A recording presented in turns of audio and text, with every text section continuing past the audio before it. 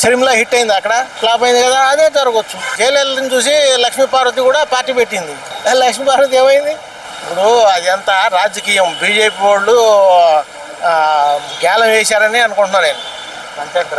ఎందుకంటే ఈ మీద కేసులు ఉంది కదా, ఆ కేసులో నుంచి తప్పించుకోవాలంటే మళ్ళీ తండ్రికి ఎదురు తిరగాలి, బయటికి రావాలి, ఆ కేసులో నుంచి బయటపడాలి. వెళ్తే బీజేపీలోకి వెళ్ళాలి, ఇక వేరే మార్గం అయితే లేదు. కాంగ్రెస్ లో మంత్రాలు జరుగుతున్నాయని చెప్పేసి జరిగితే జరగవచ్చు. అందుట్లో వెళ్ళినా కూడా ఏమైతే ఉచ్చు బిగుసుకుంటుంది కదా, కేసులో ఉచ్చు అయితే బిగుసుకుంటుంది కదా, మరి తప్పించుకోవాలంటే బీజేపీలోకి వెళ్ళాలి, తప్పదు. ఇక రకరకాల ఎత్తుగడలు ఉంటాయి సార్. ఎత్తుగడలు అని రకరకాలు ఉంటాయి రాజకీయాల్లో. ఎవరో ఒకరి మీద బురద చల్లాలి, ఏమో బయటపడాలి, అది లెక్క. పడుతుంది. ఇప్పుడు పార్టీలో ఒకళ్ళు తప్పు చేశారంటే ముందు నాయకుడు ఎవడో అతని మీద పడుతుంది.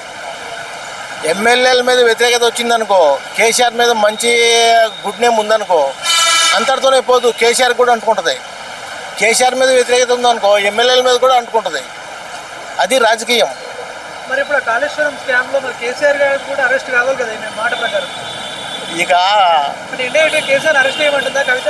ఇక చెప్పలేము, తండ్రి కదా, చెప్పలేము.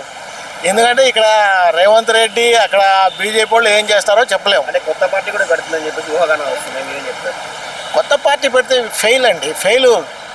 అంత ఆషామాషి కాదు, పార్టీని నడపాలంటే అంత ఈజీ కాదు, ఆషామాషి కాదు. అంటే కవితని కూడా మరో షర్మిలతో పోలుస్తున్నారు, ఎట్లా చూడొచ్చు? సిరిమ్లా హిట్ అయింది, అక్కడ ఫ్లాప్ అయింది కదా, అదే జరగవచ్చు. ఇప్పుడు జయలలితని చూసి లక్ష్మీపార్వతి కూడా పార్టీ పెట్టింది. లక్ష్మీపార్వతి ఏమైంది? మళ్ళీ జరిగిన తర్వాత కూడా కేటీఆర్ కానీ కేసీఆర్ కానీ ఒక్క మాట కూడా మాట్లాడట్లేదు బయటకు వచ్చి కవిత గురించి. ఎక్కువగా రెచ్చగొడితే మేము కూడా ఇరుక్కుంటాం, మా మీద కూడా బురద చల్లుద్ది. సిబిఐ ఎంక్వైరీ అంటారు, ఏసీబీ ఎంక్వైరీలో ఎందుకు ఇవన్నీ తలకాయ నొప్పులు? అవునా కదా? సో బీఆర్ఎస్కి ఎఫెక్ట్ అంటారా కవిత బయటికి వెళ్ళడం? ఎఫెక్టే కదా, మరి ఎఫెక్టే. కూస్తో కాస్తో ఎఫెక్ట్ పడుతుంది. కవిత వెనక సైన్యం ఉందన్న సార్, బీఆర్ఎస్ సైన్యం. అయ్యా, ఇప్పుడు డబ్బు ఎవడు పెట్టుబడి పెడితే వాడికల్లే ఉంటుందండి సైన్యం, అవునా కదా? ఉత్త పుణ్యానికి ఏ కార్యకర్త వెళ్ళడు, వాడికి పెళ్ళాం పెట్టలు ఉంటారుగా. పెళ్ళాం పెట్టలను పోషించుకోవాలంటే పెట్టుబడి పెట్టాలి, నాయకుడు అని కూడా పెట్టుబడి పెట్టాలి. మరి ఆమె పెడతాదో లేదో ఎట్లా చెప్పగలుగుతాం? సో ఇప్పుడు రేవంత్ రెడ్డి మీద కొంచెం వ్యతిరేకత మొదలైంది, నెక్స్ట్ కేసీఆర్ రాబోతున్నాడు అని చెప్పేసి. నాకు తెలిసి బీజేపీ వాళ్ళు స్కెచ్ గీశారంటే దాన్ని ఎవడు తట్టుకోలేడు. వాళ్ళు పార్లమెంట్లో బిల్లు పెట్టే వరకు కూడా బయట వార్త పొక్కదు. ఇక్కడ ఏదైనా స్కెచ్ గీశారంటే దాన్ని అమలు చేసే వరకు ఎవరికి తెలియదు. Thank you.